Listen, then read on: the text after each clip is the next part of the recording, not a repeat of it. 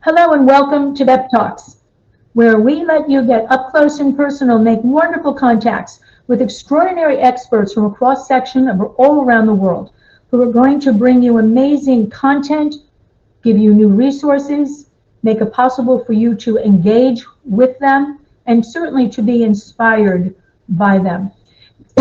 So today, my very special guest is, like so many women, wearing many hats: mother, author, editor, publisher, coach, speaker, podcaster, and potter. Please welcome a very dear friend of mine, such an accomplished woman, such a wonderful example of so much that can be accomplished when you work with purpose and passion. Please meet Teresa Velardi. Hey, Beth. Hi, Teresa. Hi, it's so good to see you, Beth. You look wonderful.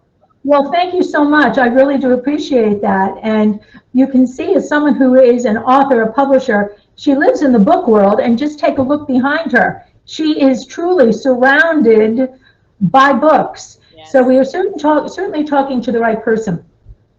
I mentioned, Teresa, so many titles Mhm. that you have, so many things that you do, and I know that you do them all so well. Today, what I'd like to do is focus on your publishing hat, Okay, if that's okay with you. perfect. And I know that what's become very, very popular these days is for people to want to be a published author. And we'll talk about that in a little bit. But I want to let our audience know that Teresa has her own publishing company called Authentic Endeavors Publishing. So let's dive into this a little bit. We're certainly all familiar with what we'll call traditional publishing, which has been around for all time. What became popular, like in the late 70s, early 80s, was self-publishing. And yet you sit in a very special niche, I'm going to call it, which is hybrid publishing. And I became fascinated with that, which was why I wanted to certainly have you on B.E.P. Talks. Tell us, what is hybrid publishing? That's a good question. And a lot of people don't realize that there is such a thing as hybrid publishing. So there's traditional publishing, which are the big publishing houses, you know them, Simon and Schuster, Random House, HarperCollins, lots of them. And they are basically the ones that have control of everything you submit them, have control of the timeline in which your book is going to be published. If it's going to be published, you have to have an agent in order to be able to get your book published by them. You have to jump through many, many hoops in order to be able to become what is known as a traditionally published author. Now, I know several people who have done this. And one of the things that a lot of people don't realize, and a lot of people think they will get as part of being accepted by a publishing house like Simon and Schuster and the likes, a lot of them say, "Well, they'll give me in advance." Mm. And yeah, and some of them will. And we hear these big name people getting millions of dollars in advances. Let me tell you something. That's not what happens today. If you're a big name person and you've got a ridiculously active platform and you can sell millions of books, yes, you may get a really nice royalty. But for the average person who is writing a book, first of all, a lot of times these publishing houses will not take first time authors. Mm. You have to be seasoned, you have to have a platform, and you may get a small advance. But if you don't sell enough books in order to be able for the company to recoup that advance, guess what? You have to pay it back. Oh, wow. Hmm. I, Hmm. I would guess that, well, I didn't know that, so I would guess that a lot of people didn't know that. You There, also mentioned agent, which makes me feel that now you're cutting whatever pie you're getting into smaller pieces because you have to pay another person. there you go. Yes. And the royalties that you get from these publishing houses are considerably less than what you would get, you know, let's say if you self-published or even if you hybrid published, because I'll go into those two things in a second. But maybe you'll make I don't know, dollar, maybe a couple of dollars per book, depending on what you're putting out there. And negotiating that contract is the Mm, job of your agent, right? mm. So they'll come back to you with it, and they'll let you know what they were able to get for you. And sometimes it's a take it or leave it deal, So, and the agent still has to be paid. And of course, I would imagine that's their job to do something for you, but they're in the mix as well. So they're going to negotiate something that's Mhm. kind of beneficial to them, which is, understandable. Business is business. So self-publishing, which became, I think, popular when when the internet became more, when desktop publishing Mhm. became available to people, and they realized there was this opportunity to become an author. And I actually found out that, some rather big names, authors, actually launched their own career that way, but through their own publishing company. Right. They set up their own So, publishing company. right. Fan Canfield is a perfect example. Um, he actually, is it Jack Canfield, I think? I'm trying to remember. Chicken Soup for the Soul actually got published self-publishing, or whether it was the Shack, the author of the Shack. You know the story of the Shack, with the little Yeah. girl. Okay, so they self-published, and then they wanted to get a big publishing house wanted to come and take over that, and they said no, no. And a couple of reasons why: because when you self-publish, who gets all the royalties? You do. I guess, yeah, you do. Yeah. Yeah. Yeah. And you have a lot of control over your material, whereas when you sign a contract, many of them, you lose the copyright to your material that they are publishing, and then you can't Mm. publish it anywhere else. You can't publish parts of it anywhere else, and you're basically working for the publishing company. And So I imagine, am I correct that they might, somewhere in the contract, you're already kind of giving them rights to yeah, any future works that you might do, like you become their property? Like you said, you're now working for the publishing company. yeah, So and so then when desktop publishing became popular, it certainly gave a lot of first-time authors a mhm, shorter path to become a published author. right, And my hunch on that is that the quality of many things that were out there was probably, and certainly understandably, less than, the big houses that would go through. The process could have been faster, but the end result probably of a lesser quality. So mhm, now enter a company like Authentic Endeavors Publishing, which is a hybrid. mhm. Talk to us about that. Okay, let's back up a minute to self-publishing for a second, because it's a whole different world.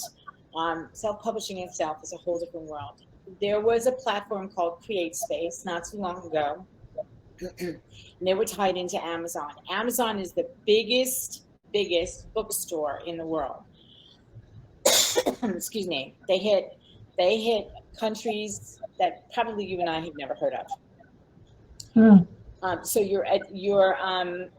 for somebody to go to Amazon, they can buy a book basically anywhere in the world. There are some places that have an extra step in order to be able to get it, but CreateSpace was the publishing arm for Amazon. Then Amazon absorbed CreateSpace, and now they have something called KDP, Kindle Direct Publishing, which when you wanted to put a book on Kindle, you went to Kindle Direct Publishing. Now it handles all publishing for Amazon. You have the option as a self-publisher to actually either get an ISBN or allow them to give you an ISBN. If you have the ISBN through them, you don't have it. It's not registered to you. It's registered to KDP Publishing, or it'll say self-published on the page, and it will truly be self-published. And it is a print-on-demand platform, and that's a good thing. Yeah, so you're not stocking up piles of books in your basement hoping Exactly, that which someone's could going to buy. be. But can I just back you up? You mentioned a couple of times ISBN. Could you just tell us what that represents? That's the number that is assigned to your book, and you normally see it in the barcode here. Your title is registered to a specific number. You get a QR code now with it too. And that's how you identify it. Like if you wanted to know all things about daily gift of gratitude, which we'll talk about later, you can put in you can do an ISBN search and it will tell you what it is, the I title, see. Okay. who the author is, and whatever information. So every book that's published gets that, no matter how they're published. Mm-hmm. Yes. Okay. The Okay. choice is, though, do you want to have an ISBN number that you put all the information in and you get it all correct and your name shows up, or do you want to have this platform assign you an ISBN number that may, in effect, keep you anonymous to the publishing world? Oh, interesting. Interesting. Okay. So, and you always have the choice to buy an ISBN for yourself and use your own name. And you can even say Beth Johnston Publishing, and you publish it. So what was it that made you start your own publishing company? What was your motivation to do that? You said it a little while ago, quality. The books Quality. that are out there, self-published, not everybody has a friend who's an editor. Not everybody can go to someone else and get an opinion on whether or not they're submitting or putting out into the world a work that people will actually read, so what hybrid publishing does is it blends the best of both worlds. You get a publishing company, get Authentic Endeavors Publishing Company, and we have many different imprints of the publishing company, which means that you'll get a logo, well, like this is Through Spirit Book Endeavors, right? And then we have Weeby Books for this one, right? And we also have Wellness Book Endeavors right there. And we have Authentic Endeavors Publishing, of course, and the children's books are published under Book Endeavors. So there's a logo with the publishing company, there's a copyright page with the publishing company. The copyright in a hybrid situation like what I present belongs to the author. I take no rights to your content. You can do whatever you want with that content. You can take a section of it, create blogs out of it. You can, break it down into smaller books, if you will. And that's popular to do when you have something that's called a compilation book, where you're bringing a lot of authors together as right? You don't have to buy all these books at once. They are print on demand. That means when Beth went to Amazon to get a copy of Daily Gift of Gratitude, she went and got it, and it wasn't printed at the time that she placed her order. What happens is the order goes in, it gets assigned to a print company, usually local to you, as close to you as possible. They print it off, cover and interior, they ready it, they put it in the mail to you, and you get it at your front door 2 days later under Prime. I'm shocked that happened, because you just said it. I had it 2 days later. Mm-hmm. How does that happen? Well, it's Amazon. There you go. Mm-hmm. That kind of explains it. So you mentioned imprints. So the imprints that you have at your publishing company, they each represent a different genre, shall we say, whether it's okay. Yes. Now, Michelangelo, a great quote from the great Michelangelo. Inside every block of stone, there is a statue, a beautiful piece of art, right, ready to be created after a lot of work. Do you believe that inside each one of us, there's a story that should be told, needs to be told, that we want to tell? Is everybody a potential published author? Yes, I believe that to be true. We all have a story. Our life as we live it, whatever we do, it's our story, right? The question is that I get all the time is, do you really think I can write this? Is it something that you've always wanted to do? Yes, I've always wanted to be an author. I always wanted to see something that I wrote published in a book. But a lot of people are, here's the big word, afraid. Oh, yeah. Yeah. Well, there's risk. Once you put it out there, if you're telling your own story, I guess there's a certain vulnerability. So let me ask you something. What is the motivation for someone when they go to Authentic Endeavors Publishing? Is there motivation to make a lot of money by selling a lot of books? Is it to gain the status of being a published author, having that kind of celebrity? Or is it somewhat of a cathartic expression? All of the above. All of it. Can they all exist together, I guess? Yes, they can. Yeah. So here's the thing. A lot of people have a dream of seeing their name on the front cover of a book, or seeing something they've written inside the pages of the book, or a magazine for that matter. So they want to get their story out there. Sometimes it's whatever the story is, whether it's fiction. There are a lot of people who write great fiction today. Or you can take your story, turn it into a fictional account, change the names to protect the innocent and the guilty, and go ahead and put it out there. So those things are available. So people are afraid to be seen. Number one, that was my problem. I didn't want to be seen. I was like, what if so-and-so finds out that I wrote this and they're part of this story? And what if, after a while, the what if conversation will do nothing but cause anxiety. So let go of the what if questions. Yeah. Some people think that they're going to make a lot of money by publishing a book, whether it be through traditional publishing, publish themselves, or going through a hybrid publisher. And here's where the statement that many of us know: you get back what you put in to the equation. So if you're marketing the book, if you're getting on shows like this, you're getting on podcasts and talking about your story, your book, how it came to be, something that is really popular today are, I'm going to call them memoirs and anthologies of stories that one person writes of events that happened through their life. And this seems to be really popular with, I'm going to call it the baby boomer age, like us. Like we are the baby boomers. Like us, right. And so I have two accounts of that just recently I published. The most recent one is from a woman named Tammy Hader, Hader. She calls it Walking Old Roads, right? Oh, so, okay. And it's actually a memoir of kindness rediscovered. So this book takes her back to towns that she lived in, events that happened.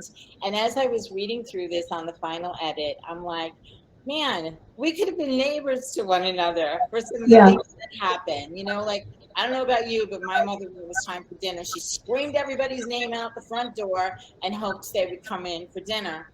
And in the meanwhile, we would be busy doing whatever, and then she would call in the big guns. And when Dad whistled at the door, you better get your tail end home, because he had an agenda if you didn't. So, and she writes a story like that. And Mark O'Brien is another one. He writes a story, his random thoughts, a writer's notebook. So these are all stories one person has written in a book. It's called a memoir or essay collection. And then, it's all from the same perspective. One thing that's really important to me as a publishing company, as an editor, as an author myself, is that the author's voice actually is maintained in the book from the beginning to the end. Like, I know you, Beth, and we've had many, many conversations. So if you're writing, when you're writing, I know that I can hear your voice. You've contributed to Daily Gift of Gratitude. And I knew when you wrote it that it was you who wrote it. And it's really important for me as a company, as an editor, as a publisher, as an author myself, as I said, to make sure that your voice is maintained the way that you intended it to be heard by the reader. Now, the reader may not know you, may not know that what you sound like or how you talk in a conversation, but they know you by the way that you write. So in other words, you can hear if you switch the person or the attitude or the emotion, if you will. Mm-hmm. So when you're talking about these memoirs, again, like from baby boomers like us, I imagine like I do Zoom calls with my old high school girlfriends, and Did you call we her talk old? about things. I'm sorry? Did you call her old just now? No, no, no, no, old friends, old friends. And we share stories that we bring out in each other, not realizing that they're important memories for all of us, or that you can counter it. You can say, oh yeah, well, like when you're saying, with your mom yelling out, whistling, your dad whistling and everything. Every neighborhood in our growing up, had that kind of a thing. And when it got dark, the lights all flickered at the front porch and such like that. So reading about these different types of publishing, I was really very delighted looking at the stats, Teresa, that during the pandemic, and it makes good sense, that the number, the millions of books, written book, not reading on Kindle was so high, which was great because people had more time. Are you finding that became like kind of a passage of time, a moment in time, that in reading other people's works is inspiring others to say, I want to do that, I can do that, I will do that?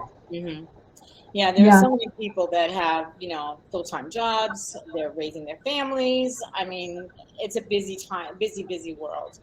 And then when the pandemic came along and everybody got quote unquote locked in the house, which is where we didn't want to be when we were kids, but we would always find something to do, right? So for people who wanted to be an author, or had a story that they wanted to tell, or had a book in them that they wanted to write, it was a perfect time for them to be able to sit down and write the book. They didn't have to go to a job. And if you did have to go to a job, it was mostly done virtually, right? So a lot of people right, were in a right, position working from home and still right, studying from home. Um, yes, and so the world today is a different place in terms of what it allows you, especially during that time, what it allowed you to be able to do that you always wanted to do but couldn't carve out time in your day. right. So people started writing their stories, and it didn't have to be, it was either memoirs, it was fiction. There's all kinds of stuff out there. There's lots of books out there that may not have ever gone out there had this situation never happened. I guess it was a time where, we all started examining where we were in our own life and became very introspective. And if we were picking up other books, I know I did, that it was a natural kind of a progression to have the instinct. We mentioned earlier about being a first-time author, and we agree that everybody has a story. Share with us that someone gets in touch with you at Authentic Endeavors Publishing and says, I want to write a book. Do they come to you with an idea? Do they come to you asking you if you think it's a good idea? Do they come with a chapter? Do they come with an out? What's the process when you meet a potential first-time author? So there are some that come with an idea. There are some that come with an outline. There are some that come with an entire manuscript, and they'll say, I've been writing this, and I really wanted to get it published, and I don't know where to go, and I probably won't be picked up by one of the big publishing houses. What can I do? Well, send me your manuscript, and let's look at it, and we'll see exactly what you need. Many times people are well written and they don't even realize that they write very well, and they only need minimal editing. And then, of course, the professional formatting that we offer, and we put a professionally designed cover on the book, so that it looks really good. It looks really good. It looks Oh, like I know. I want everybody to go to teresavelardi.com, and you see her spelling of her name, teresavelardi.com, and see the book. The artwork is so impressive. It's so artistic. The imagination that's captured there is incredible. Um, So the advantages, as I'm hearing, with the hybrid, and it makes sense by definition, the blending of the two, you maintain more control. It's probably a faster process. The result is probably a higher quality product. Mhm. And then once they have the book, is there marketing that your publishing company does? We can offer marketing. You can, okay. We So can you're kind of a one-stop, if you will, for authors. Yeah, we're a one-stop shop. You can, and the thing is it's a la carte. If you have, for example, let's take children's books. Okay, You have, let's say you have an illustrator, or you are an illustrator yourself. I had a woman come to me. She had a few books that she had written. She loves to write, and she's an artist, and she created her own illustrations for her book, and she asked me to help her get it published. So what we did was I edited through her content. We made sure that the book was laid out so that the illustrations that she did were close, were matched up to the content as you read, so that the child reading the book would see exactly what they were reading on the pages of the book. So, and sometimes people come to me and they say, I have this idea. I really want to write a children's book, but I can't draw. This is the story. I really don't know how to write, but I can tell it to you. Okay, tell it to me, and then we'll work on getting it written. And other people will they have their cover, they have their manuscript, which may have been edited by somebody else, but we always do a final edit to make sure that everything flows, everything is spelled correctly. I remember one time reading a James Patterson novel and finding 2 misspellings in the book, and I was like, fire that editor. wow. James Patterson, oh my goodness. Yeah, so That's another type of publishing that he has, not a ghostwriter, but he has a companion writers. He has people who, companion writer that's now getting yeah, cover mention. Yeah. yeah. So start to finish, I go to you, I say, Teresa, I'm dying to write this book. Here's my idea. I've kind of started it. Can you give a ballpark? Well, I guess it would depend on where I was in the writing. Is it a 3-month process, a 6-month process? Mm-hmm. What is it? We go an average of 4 months from the time that Well, we okay, so right in between. Well, that's, and to the time that we traditional publishing, you wouldn't have your deal made in 4 months, would you? no. No. And again, you maintain. I'm just blown away by the fact that when you say it's on-demand printing and publishing, I thought, okay, you could do it like, 50 books at a time or 100 books at a time. But that when I ordered this beautiful book, and 48 hours later, I was reading it, that before I placed the order, that physically did not exist. Didn't exist. That is crazy. But as an author, you also, so here's the other thing. My hybrid publishing company does not take any royalties. We provide a service. All the royalties go to you. You set up your accounts in Amazon. We upload the books to your account. Everything that comes from that, those sales and whatnot, that becomes yours. Now, as an author, you also can order author copies. Now, author copies are basically the same price as what it costs Amazon to print the book, plus you pay the shipping. When you order a book at Amazon Prime, if you have Amazon Prime, you don't pay shipping, you pay the cost of the book. For example, Daily Gift of Gratitude, I think is $15.99 right now, and you pay $15.99 or whatever tax your state is, and shipping is free with your Amazon Prime account because you pay it all up front when you pay your annual fee for Amazon Prime. As an author, you get the book at basically the cost that it takes Amazon to print it. I got you. Okay. So you would want to do that if you're doing book signings and promotions and parties and such like that. Well, that's a good deal. Yeah. I mentioned early on in this conversation that you're a self-proclaimed word nerd. Yeah. What is that?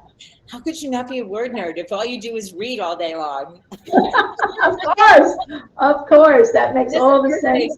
Plus, I have to tell you, Webster's Dictionary and Thesaurus are my best friends. I have to tell you. because I'm the kind of person that, like, when I'm reading through something, if somebody is always looking, and I remember this from, all right, I'm also a Golden Girls girl. I remember watching an episode of the Golden Girls, and Dorothy, all she kept saying was, "Amazing! You're amazing! This is amazing! That's amazing!" Well, that would be like, that drove me nuts. Find another word that you can replace for amazing, because it will keep Right, the reader engaged. It will keep you. It'll make you look like you're smarter than the average bear. right, right. Well, One of listen, we should talk another time about the Golden Girls. I'm a huge Golden Girls fan. I think it was one of the most incredibly cast and written shows, always with a moral lesson attached to it, and we all could see ourselves. And watching the reruns, you realize how brilliant it was. That everything still feels so fresh. We're just now identifying as life goes on with the different characters. We are the Golden Girls. yes, We'll have to talk about that. You also, I mentioned you are a podcaster. I just want to give a shout out for that. Conversations that make a difference. Just tell the viewers when they can find that and where they can find that. so conversations that make a difference .com, you can find the replays, and I do that podcast through Dream Vision 7 radio network. We air live on the first and third Tuesday of the month with my show. You can hear it on well, they actually are a terrestrial radio station also, but you can watch them on YouTube. You can hear them on the radio. You can go to Dream Vision 7 radio network and hear it every Tuesday at 5 a.m. and 5 p.m. You will not hear me live at 5 a.m., I promise you. I won't be listening at 5 a.m., I promise you. Yeah. But on the first and third Tuesday, you can actually be part of a live show by going to Oh, fun. 7 Radio Network, Conversations That Make a Difference, and there's a link on there that you can click to be able to go to YouTube where it airs live on the first and third Tuesday at 5 p.m. Eastern. So, yeah, I have Right. a bunch of really good people coming up too. I have You always have great guests. You really do. We've shown this a couple of times. I just want to point out this book again, that this was the Daily Gift of Gratitude book. And I know you're working on a series. The next one you're working on is Hope. yes. And I want to say that there is an opportunity for everyone to become a first-time published author simply by contributing like 300 words. Is that correct, Teresa? Yes, that is correct. That's correct. And it couldn't be more simple than that. And as you can see from the cover of this is kind of a very good representation of the quality, the beauty. And I want to put this up so that people can see that if they go right here, this is a live link, that they can become a contributing editor right there. And under the guidance and the supervision of Teresa, doing editing and final revisions and putting you out there for the first time, that you can say that I am a published author. And I want to say for me, I am honored to have words in this book. It's not the first compilation that I've contributed to. It's always a joy to say your word is out there, that it becomes a legacy of sorts. And whoever finds it, I believe, was destined to find it. So if you're out there considering, dreaming about wanting to be a published author, this is a really good way, first of all, to get that out there, to say you're a published author. And I want to say, even more importantly, most importantly, is to get to meet and work with Teresa Velardi, directly with Teresa and her team, because you get the guidance and the support of the entire team. And as I said, I've worked with them in the past, could not be in better hands. And from that, how Teresa and I actually met, probably going on 12 years ago, was how we got so connected through our hearts, through our words, and have really a beautiful, sustaining friendship that I treasure, and I look forward. I just have to know that when we're going to chat, that I block out the whole rest of the day because we kind of have marathon conversations, which is something that I always look forward to. So please, everyone, go become a contributing author in Teresa's next daily gift book, which is about hope. And that link will stay active because there will always be a next book. After, Yes. what comes after hope? Kindness, daily gift of kindness. Wow. Yeah. These I'm are going to start writing. Yeah. So let me just tell you a little bit about how this series came about. I got a little tap on the shoulder from God a long time ago about this series. And you know, for people who are who journal, or for people who are familiar with devotional books and whatnot, but it's like you read a page every day, you take the inspiration from that page, and you go off to work, or you write in your journal about it, or whatever comes up for you on that. So I heard daily gift. That's what I heard. And then I heard the first one is gratitude, because this world is so ungrateful. People need Mm, to know how to be grateful and how to share the process of gratitude. Now, gratitude is something that I have in my heart. Every day, I yes, write you do. down at least 3 things that I'm grateful for, and you cannot say the same thing all the time. For anyone who knows me for any length of time, I used to do something gratitude A to Z, and you would have to take the letter of the day and find 3 things on that letter that you were grateful for, write them down, and then move on to the next day. So there was no repeating, "Oh, I'm so grateful for my warm bed in the winter. I'm so grateful for the air conditioning in the summer." It's all, that's all like stuff that we tend to take for granted. And yet, should you be grateful for them? Absolutely. But Yeah, stretch your mind to where your heart really wants to go. Like, I'm grateful for the person who held the door open for me when my arms were yeah, full. You know, today when I came out of the grocery store, I'm grateful for you know, the opportunity to be on Beth's show today.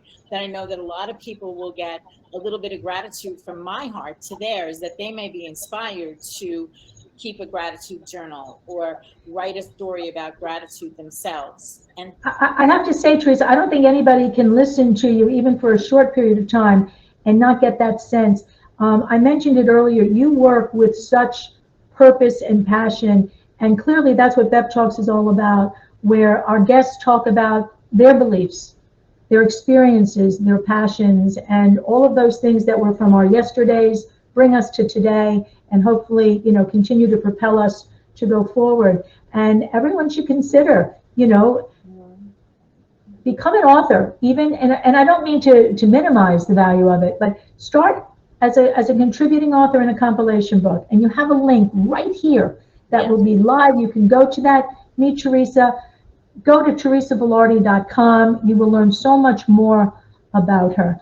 I have to say, you are a gift. I am so grateful for you for spending this time with me, sharing your beliefs, your experiences, and your passions, and certainly for our friendship. And I think we'll be visiting many more. I think we'll talk again soon. I think so too. I thank you so much. I thank everybody, all of our viewers also. Please, for more information about B.E.P Talks, go to beptalks.com. Find out how you can become a guest on the show, how you can open up your world for more resources, more contacts, more gratitude, Mhm. more hope, more kindness. So again, my friend, thank you so much. Be well. Thanks everybody for watching. We'll talk again soon here on B.E.P Talks. Wishing you well. Bye for now.